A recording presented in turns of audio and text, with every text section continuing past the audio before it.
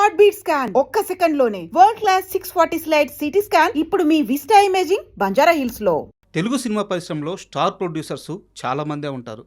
అయితే సినిమా హీరోలని, హీరోయిన్స్ని, డైరెక్టర్స్ని వీళ్ళందరినీ స్టార్స్గా మార్చే నిర్మాత మాత్రం చాలా అరుదు.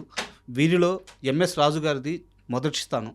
అయితే ఆయన నిర్మాతగానే కాకుండా దర్శకుడుగా మారి కొన్ని అద్భుతమైన సినిమాలు చేశారు. మధ్యలో కాస్త గ్యాప్ వచ్చింది. అయితే ఇప్పుడు అగదా మూవీతో ఆయన కంబ్యాక్ ఇస్తున్నారు. అయితే అది ఇలాంటి కంబ్యాక్ కాదు. జస్ట్ ఈ మూవీకి సంబంధించిన ఒక పోస్టర్, ఒక టీజర్ రిలీజ్ అయింది. మొత్తం ఎంటైర్ సోషల్ మీడియాలో ఈ టీజర్ అండ్ ఎంటైర్ సినిమా ఇండస్ట్రీలో ఈ టీజర్, పోస్టర్ అన్నీ కూడా వైరల్గా మారాయి, టాక్ ఆఫ్ ది టౌన్ అయ్యాయి.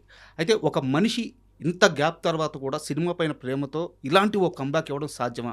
అండ్ ఎంఎస్ రాజు గారి ఇప్పుడు మైండ్ సెట్ ఎలా ఉంది, అగదా మూవీ పైన ఆయన ఎంత నమ్మకంగా ఉన్నారు, ఇలాంటి అన్ని విషయాలు తెలుసుకుందాం. హాయ్ సార్, నమస్తే. నమస్కారం అండి. సార్, కొంతమంది వ్యక్తులను కలిసినప్పుడు అయితే ఆ మనిషి ఎదురుగా ఉన్నా సరే వారి ప్రయాణం మాత్రం ఎట్లా కళ్ళ ముందు తిరుగుతూ ఉంటుంది, మైండ్లో తిరుగుతూ ఉంటుంది.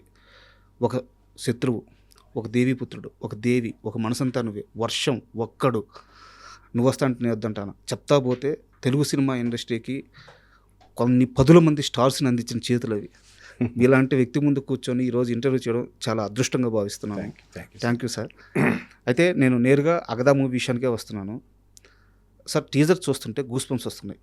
ఒకటే మాట, ఎందుకంటే ముందుగా ఆ ఫ్రేమింగ్స్, టీజర్ ఎక్సలెంట్గా ఉంది కథపరంగా, ఓకే. బట్ ఆ మేకింగ్, ఎంఎస్ రాజు గారు ఇంత గ్యాప్ తర్వాత వచ్చి సినిమా విషయంలో ఇంత అప్డేట్ అయి ఉన్నారా? టెక్నికల్గా ఈయన ఇంత పట్టు సాధించున్నారా? నేను ఏజ్ కూడా చెప్తున్నాను, 65 అబో అనుకుంటాను. సో ఒక మనిషికి ఇలాంటి ఒక కంబ్యాక్ ఎలా సాధ్యం? It's only called confidence and conviction, అంతేనండి ఇది. ప్లస్ యాక్చువల్గా ఏంటంటే మధ్యలో నాకు ఒక గ్యాప్ వచ్చింది. ఎందుకు వచ్చింది అనేది పక్కన పెడితే, 4-5 ఏళ్ల క్రితం డర్టీ హరి అనే ఫిలింని నేను చేశాను. నాది స్టోరీ, స్క్రీన్ ప్లే అంతా మొత్తం చేసింది. అది చేసినప్పుడే అది రీచ్ కాలేదంటే థియేటర్స్కి రీచ్ కాలేదు. Because of some Covid situations వల్ల అది సినిమా రీచ్ కాల. చాలా బాధపడ్డా, ఎందుకంటే కొంచెం హార్డ్ వర్క్ చేసిన సినిమా అది.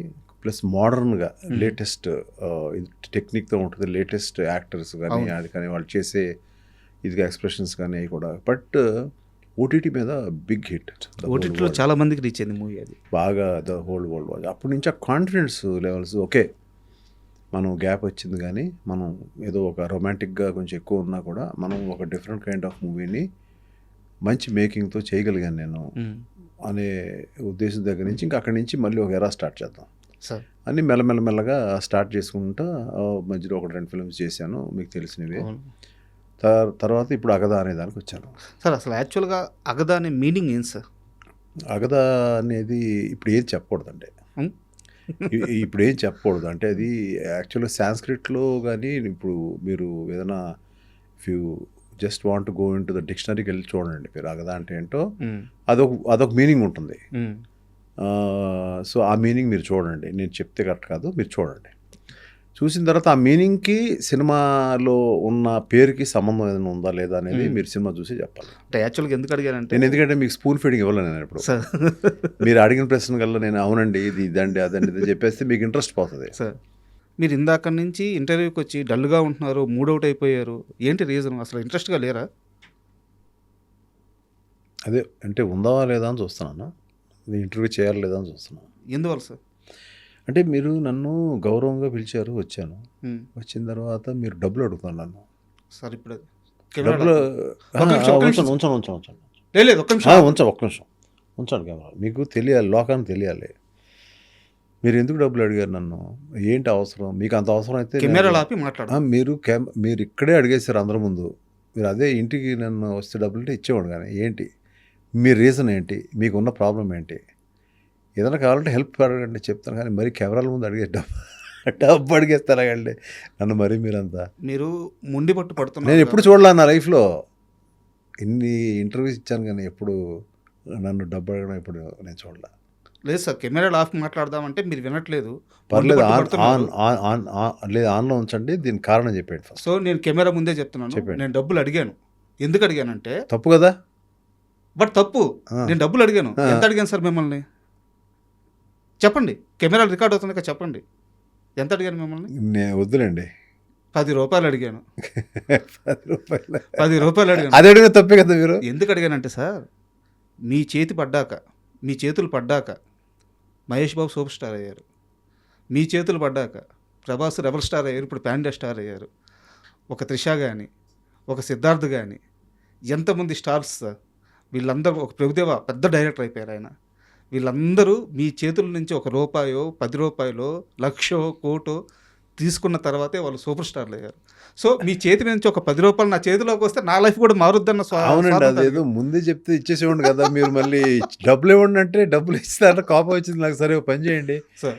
మీ ఇంట్లో మీకు ఏంటి, ఒక అబ్బాయా అమ్మాయా? ఒక బాబు సార్. ఓ బాబు. ఆ బాబుకి మంచి చాక్లెట్స్ కొనివ్వండి సార్. మీ కెరీర్ బాగుండాలి, మీ అబ్బాయి కెరీర్ బాగుండాలి, ఇద్దరికి సార్ తీసుకోండి. Wish you all the best. Thank you sir. Thank you so much.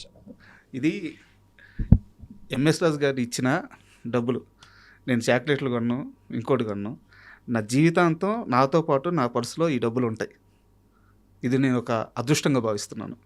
ఇది ఇచ్చిన డబ్బు కూడా 1000 రూపాయలు 1 crore అవ్వాలని కోరుకుంటున్నాను. అయ్యో, మీ దీవెన్ సార్. యాక్చువల్గా ఒక క్రియేటివ్ పర్సన్కి మైండ్లో ఒక 100 థాట్లు వస్తూ ఉంటాయి. ప్రతిరోజు పని చేసుకుంటూ ఉంటాం, మైండ్లో థాట్స్ తిరుగుతూ ఉంటాయి. బట్ కొన్ని అలా పక్కన పెట్టేస్తాం గొప్ప థాట్స్ని. సో ఎప్పటి నుంచో మీ మైండ్లో ఉన్న మీ డ్రీమ్ ప్రాజెక్ట్ ఇది అగదా అనేది. సో అసలు ఈ లైన్ మీకు ఎప్పుడు క్రియేట్ అయింది మైండ్లో? లైను ముందరే ఉందండి. ఈ కైండ్ ఆఫ్ ఫిలిం ఒకటి డిఫరెంట్ దాదాపు చాలా ఉన్నాయి నా దగ్గర. ఇందులో కైండ్ ఆఫ్ డిఫరెంట్ ఫిలిం ఇది ఏదైనా చేద్దాం, కానీ బడ్జెట్ ఎక్కువ అవుతుంది.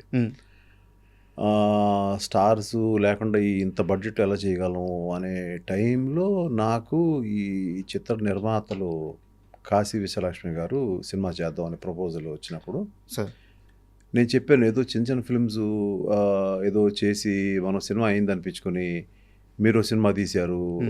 తర్వాత అది దాన్ని పుష్ చేయలేక మనకు ఓపెనింగ్స్ రాక నేను ఫామ్లో లేను. అది రైటా కాదా అసలు ఫస్ట్ అయితే డిస్కరేజ్ చేశాను వద్దని.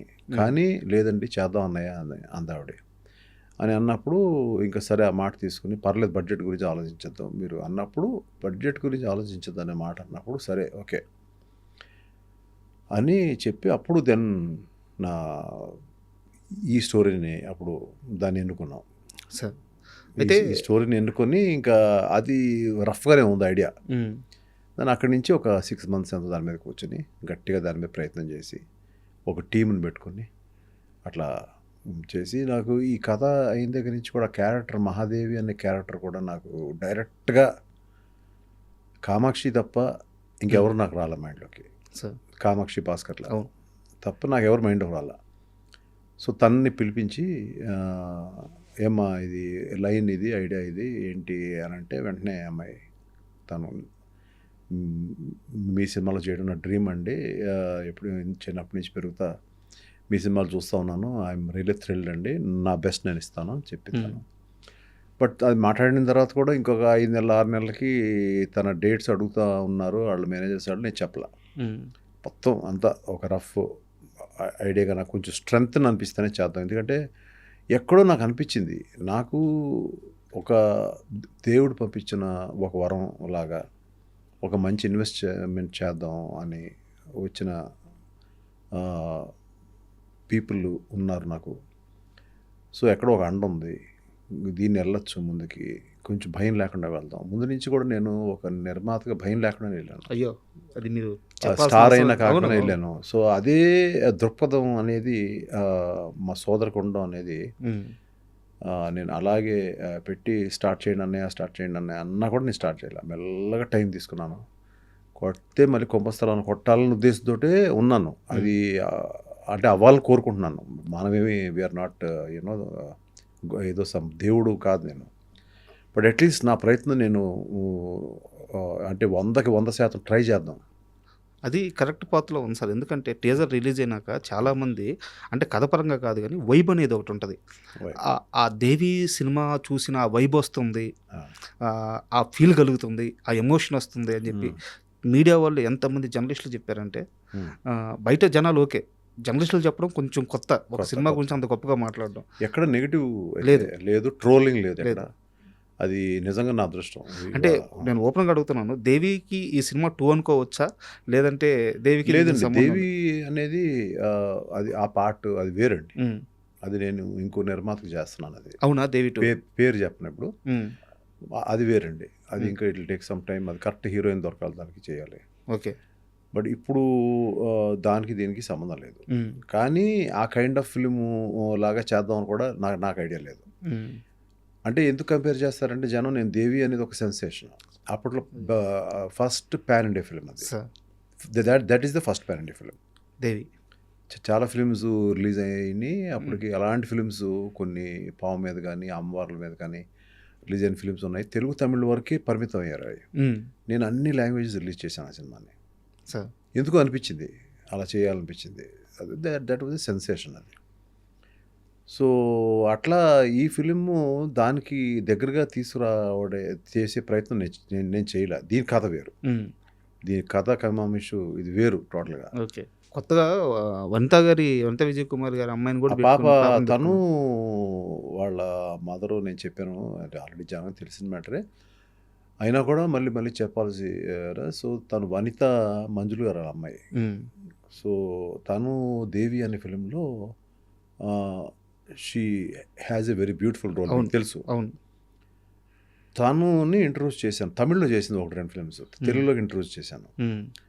చేసి ఇప్పుడు ఇన్నాళ్ళకి తన కూతురుని మళ్ళీ ఇంట్రొడ్యూస్ చేసే ఇదిని ఇచ్చాడు ఆ దేవుడు. అంటే ఒక మంజులు గారి ఫ్యామిలీ, మంజులు గారి యొక్క లెగసీ నుంచి వచ్చిన ఒక అమ్మాయి. అండ్ సో తను ఏం చేసింది, వీళ్ళందరూ నేను చెప్పిందంతా అక్కడ ఆ స్క్రీన్ మీద అంత ఉందా లేదా అనేది మీరే చూసి రేపొద్దున చెప్పాలి. అంటే యాక్చువల్గా అగదా గురించి కాస్త పక్కన పెడదాం సార్. ఒక చిన్న డౌట్, మీ నాన్నగారు ఇది గోదావరి జిల్లా అనుకుంటాను, ఎన్ని వందల ఎకరాలు సార్ మీ ఆస్తి?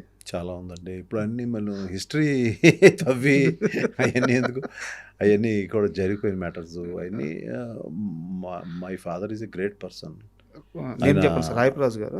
అవునండి, రాయపరాజు గారు. ఇది ఆయన కానీ ఆయన ఊళ్ళో కానీ వెస్ట్ గోదావరి, సో ఆ ఊళ్ళో కానీ మా తాతగారు కానీ లేకపోతే మా ఫాదర్ తాతగారు కానీ వీళ్ళంతా కూడా they are landlords. Sir అయితే ల్యాండ్ లార్డ్స్, వీళ్ళకి ల్యాండ్స్ తర్వాత మొత్తం అగ్రికల్చర్స్ మీద వాటి మీద మంచి గ్రిప్ ఉండేది. అటువంటిది మేము యాక్చువల్గా చెన్నై షిఫ్ట్ అవ్వాల్సి వచ్చింది. అప్పట్లో మెడ్రాస్ పేరు. మేము కొన్ని కారణాల వల్ల షిఫ్ట్ అవ్వాల్సి వచ్చింది. కారణాలు ఏమైనా మేము కొన్ని షిఫ్టింగ్ అవ్వాల్సి వచ్చింది. షిఫ్ట్ అయిన తర్వాత మా నాన్నగారికి సినిమా తీయాలని అనిపించింది. 1-2 సక్సెస్లు అయినాయి. అయినా కూడా ఆయన కొంచెం హెల్త్ రీజన్స్లో మేమే వద్దు, అంత మీరు ఎగ్జాక్ట్ అవ్వద్దు, మీరు తీసుకోలేరు, మీరు వెరీ సాఫ్ట్ మీరు అని చెప్పి ఒక స్టేజ్కి వచ్చేటప్పుడు అప్పటికే నా మ్యారేజ్ అయింది జస్ట్. సో 1985లో మ్యారేజ్ అయింది నాకు. 85 ఆ టైంలో జస్ట్ 1-2 ఇయర్స్ ముందు ఎప్పుడో చెప్పేసాం, వద్దు మీరు ఆ స్ట్రెస్ తీసుకోవద్దు, ఆ టెన్షన్ తీసుకోవద్దు. అప్పటికి ఆయనకి తెలియని ఇదిలో ఆయన ఎంత మంచివారు అన్నీ ఉన్నా కూడా హీ లాస్ట్ మనీ. సో నేను బేసిక్గా నాకు అప్పుడే పెళ్ళయింది. సో ఆవిడ ఏంటంటే there is a family. So ఉండే అదర్ మెంబర్స్ అంతా ఉంటారు కదా. చేత మై బ్రదర్ చోజ్ జాబ్ అండి.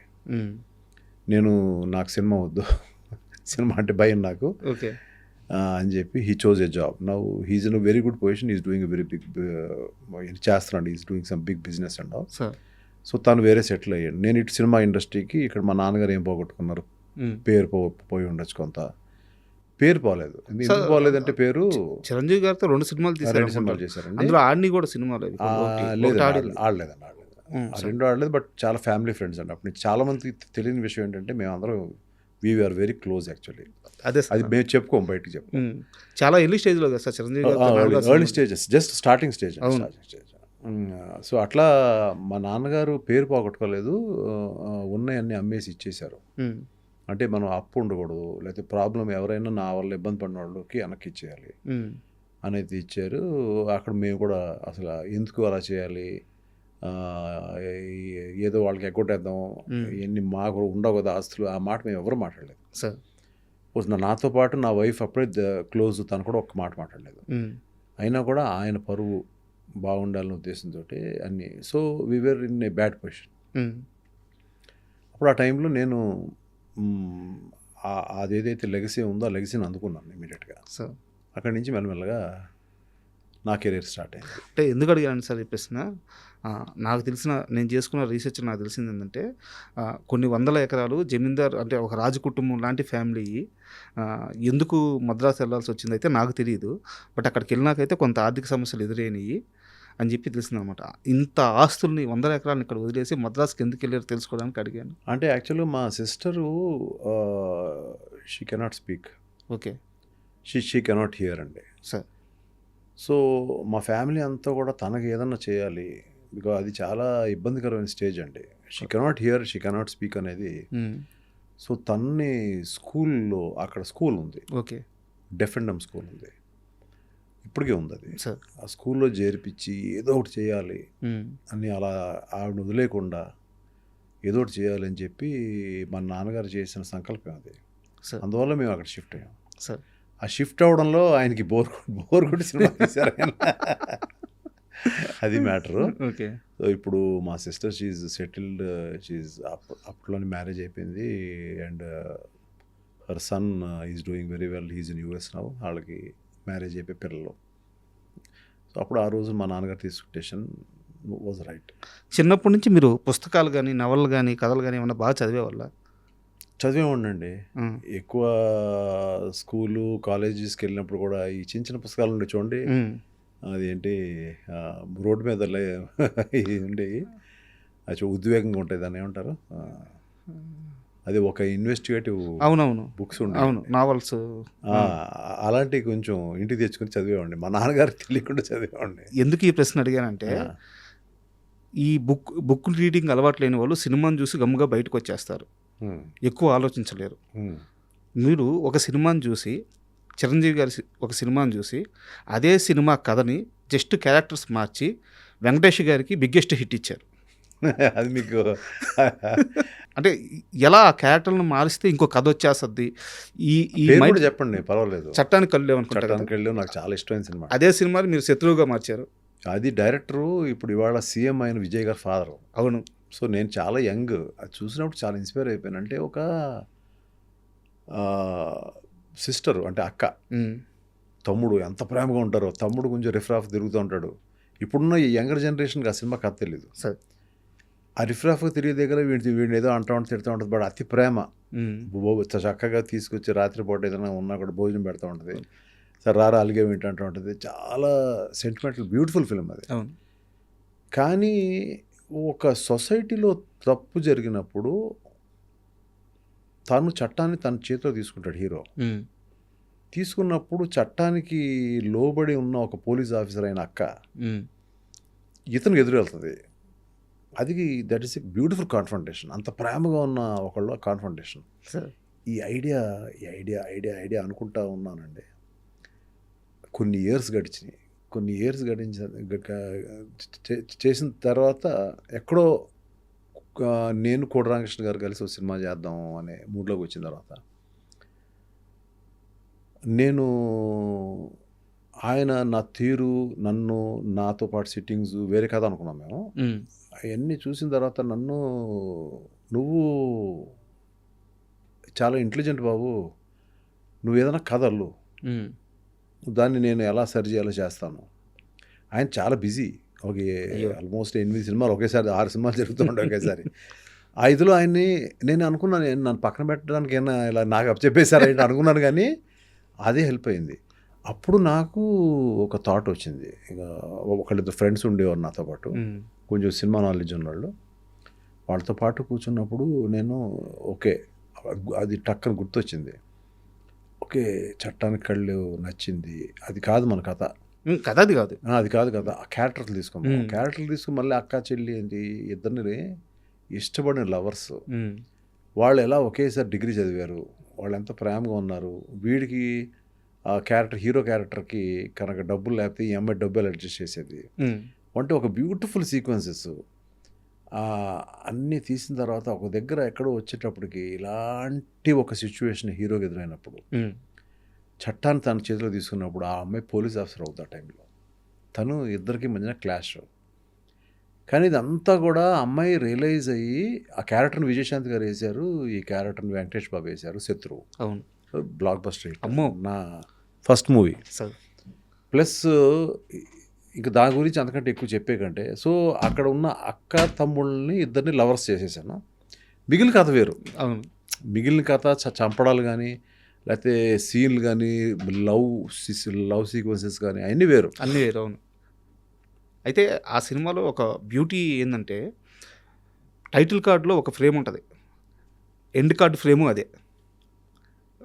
విలన్ని చంపిన తర్వాత వెంకటేష్ గారు ఎస్ నేను గెలిచాను, ఇది నా విక్టరీ, ఇది నా తీర్పు అని చెప్పి ఇట్లా చేసి అరుస్తూ ఉంటారు. అదే షాట్ని తీసుకొచ్చి మీరు టైటిల్ కార్డుకి వాడారు.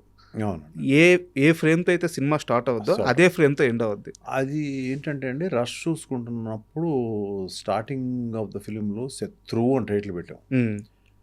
శత్రు అని టైటిల్ పెట్టాం. దాని ముందు శివ సినిమా రిలీజ్ అయింది. ఓపెనింగ్ ఒక థ్రిల్ ఉంటుంది. మనం ఇక్కడ నార్మల్గా హీరోయిన్ తోటి అట్లా మెల్లమెల్లగా అట్లా స్టార్ట్ చేసేటట్టు ఉంది. తర్వాత మెల్లగా వెళ్తుంది స్ట్రాంగ్. అవును. అప్పుడు ఆ టైంలో ఇక్కడ చిన్న ఏదో ఒక కిక్ రావట్లేదు డైరెక్టర్ గారు నాకు, అది ఇది అంటే ఆయన ఒకరోజు నన్ను వదిలేయండి నేను చెప్తానని నెక్స్ట్ డే వచ్చి అది ఆయన చెప్పిందే. లాస్ట్ షాట్ ఏదైతే అరుస్తున్నాడో మనం శుభంగా ఆడేసాము, దాన్ని స్టార్టింగ్ వేసేద్దాం అన్నాడు. నాకు అర్థం కాలే అదేంటండి అన్న, చూద్దామని ఎడిటింగ్ లేచి చూపిస్తానని చెప్పి వేస్తే నాకు గూస్ బంప్స్ వచ్చినాయి సార్. అంటే ఏంటి, ఎందుకు వస్తున్నాడు, ఏంటి గొడవ, ఆ కథ ఏంటి అనేది నాకు ఫస్ట్ ఇంట్రెస్ట్ స్టార్ట్ అయిపోయింది. కరెక్ట్. సో అక్కడి నుంచి you start telling your story. మెల్లగా ఒక్కొక్క క్యారెక్టర్ని రివీల్ చేయడం, ఏ సినిమాలోనూ ఒక్కొక్క క్యారెక్టర్ని మెల్లమెల్లగా ఫస్ట్ క్యారెక్టరైజేషన్స్ అర్థం అవ్వాలి కదా. అవును అవును. మనం ఎప్పుడు కూడా ఫస్ట్ 40 నిమిషాలండి కథలోకి వెళ్ళడానికి లేట్ అయిందండి, లేకపోతే ఫస్ట్ 20 నిమిషాలు లేట్ అయింది అంటారు. కథలో ఉన్న క్యారెక్టర్స్ రేపు పొద్దున్న ఏదైతే టేక్ ఆఫ్ అవుతున్నాయో, ఫ్లై అవుతాయో, వార్ చేసుకుంటాయో అవన్నీ అర్థం అవ్వాలి కదా ఫస్ట్. అవును. వీడేంటి, ఆ క్యారెక్టరైజేషన్ ఏంటి, వాడి ఏ విధంగా వాడి బిహేవియర్స్ ఏంటి అని దాని మీద ఏ సినిమా అన్నా మనకి రేర్. ముందు నుంచి దడ్డని అందుకుని మనకు అర్థమైపోతూ ఉండడం అనేది చాలా రేర్. అయితే ఇది కదా స్క్రీన్ ప్లే అంటే, ఈ టచ్ కదా స్క్రీన్ ప్లే అంటే. కోడి రామకృష్ణ గారి దగ్గర నుంచి ఎంఎస్ రాజు గారు ఏం నేర్చుకున్నారు? సినిమా నేర్చుకున్నారా, జీవితం నేర్చుకున్నారా, డబ్బులు సంపాదించడం నేర్చుకున్నారా, ఒక మంచి మనిషిగా బతకడం నేర్చుకున్నారా? అన్నీనండి. అందులో సినిమా ఎక్కువగా నేర్చుకున్నాను. మొత్తం కథ అయిపోయిన తర్వాత ఒకరోజు ఆయన మొత్తం కథ, సార్ మీరు రండి ముందు మీ షూటింగ్ లీటింగ్ తర్వాత నాది స్టార్ట్ అవ్వాలి సినిమా, ఇక్కడ ఒకసారి హీరోకి చెప్పాలి వెంకటేష్ బాబు గారికి, మీరు రండి కూర్చోండి అంటే అప్పుడు వచ్చి కూర్చుని ఎలా విన్నారు, 1 గంటన్నర 2 గంటలు స్టోరీ చెప్పాం. బాగా డ్రైగా ఉందండి అన్నారు ఆయన. నాకు కోపం వచ్చేసింది, ఇంత కష్టపడి 1 month 2 months కూర్చుంటే అది గవ్వుకుని అలా అన్నారండి, డ్రైగా ఉన్నారండి. అంటే ఏంటంటే కొంచెం గివ్ మీ సమ్ టైం. ఈ టైం 3 రోజులు 4 రోజులు పట్టింది. తర్వాత సవేరా హోటల్ అని ఉందండి, బాగా ఫేమస్. మేము ఎక్కువ హోటల్స్ సిట్టింగ్ అన్నీ ఆయనతో అక్కడే. అక్కడ ఆ రోజు మేము రూమ్ తీసుకోకుండా రూమ్ వదిలే మనం అని చెప్పి రెస్టారెంట్కి వెళ్ళాం. ఆ రోజు రెస్టారెంట్ అంతా ఖాళీగా ఉంది. సో మెల్లగా కూర్చున్నాము, ఒక చిన్న పెగ్ వేసుకున్నాం, అందులోనే వేసుకొని మళ్ళీ మాట్లాడుతుంటే మాకేంటి, మాకు లోపల కోపం వచ్చేస్తుంది మా ఇద్దరికి. ఈయనేంటి ఏదో డ్రై అన్నారేంటి ఏది అని. అప్పుడు ఆయన ఒక కాసేపు ఉన్న తర్వాత మెల్లగా నేను ఉండబట్టలేక నేను అడిగాను, ఎందుకంటే I was two young and he was a very experience person. అప్పటికి చాలా సినిమాలు చేశారు, వెరీ ఎక్స్పీరియన్స్. 27 అనుకుంటాను మీ ఏజ్, అంతేనా? I think so sir, I think so. అప్పుడు నేను అడిగాను, ఏమండి మీరేమి ఇలా చెప్పారు, నాకు నచ్చింది అంటే, అది కాదు బాబు డ్రైగా ఎందుకు ఉందనంటే స్క్రీన్ ప్లే బాగుంది, స్క్రీన్ ప్లే ఇంకా చేద్దాం, ఇంకా కూర్చోవాలి మనంతా. కానీ ఇందులో విలను టఫ్గా, అంటే సినిమా అంతా ఏదో చాలా టెన్షన్గా ఉంటుంది సినిమా అంతా. ఇవాళ పెద్ద హీరో ఫిల్మ్కి కొంచెం కమర్షియాలిటీస్ కావాలి మనం ఏదైనా కనుక. సో దీంట్లో విలన్ క్యారెక్టరైజేషన్ ఏదైతే ఉందో దాన్ని మారుద్దాం నేను చెప్తానని చెప్పి దాని మీద, అంటే ఆయన ఒక్కసారి వింటే మొత్తం వెళ్ళిపోద్ది కదా, ఆయన స్టోరీ చెప్పేశారు మొత్తం అప్పుడే. అప్పటికి 1-2 డ్రింక్స్ అయిపోయినాయి. మొత్తం స్టోరీ ఒక అరగంటలో చెప్పేశారు ఆయన. ఒక్కసారి అంటే ఎలా చెప్పేశారు, మేము ఇన్నాళ్ళు కూర్చుంటే మాకే గుర్తుండదు, టకటకా చెప్పేశారు. ఆయన ఈజ్ ఏ జీనియస్. సార్ చెప్పేసిన తర్వాత అన్నారు, ఈ విలన్ క్యారెక్టర్ ఏదైతే ఉందో నేను కొన్ని క్యారెక్టరేషన్ చెప్తానండి మీకు అని చెప్పి.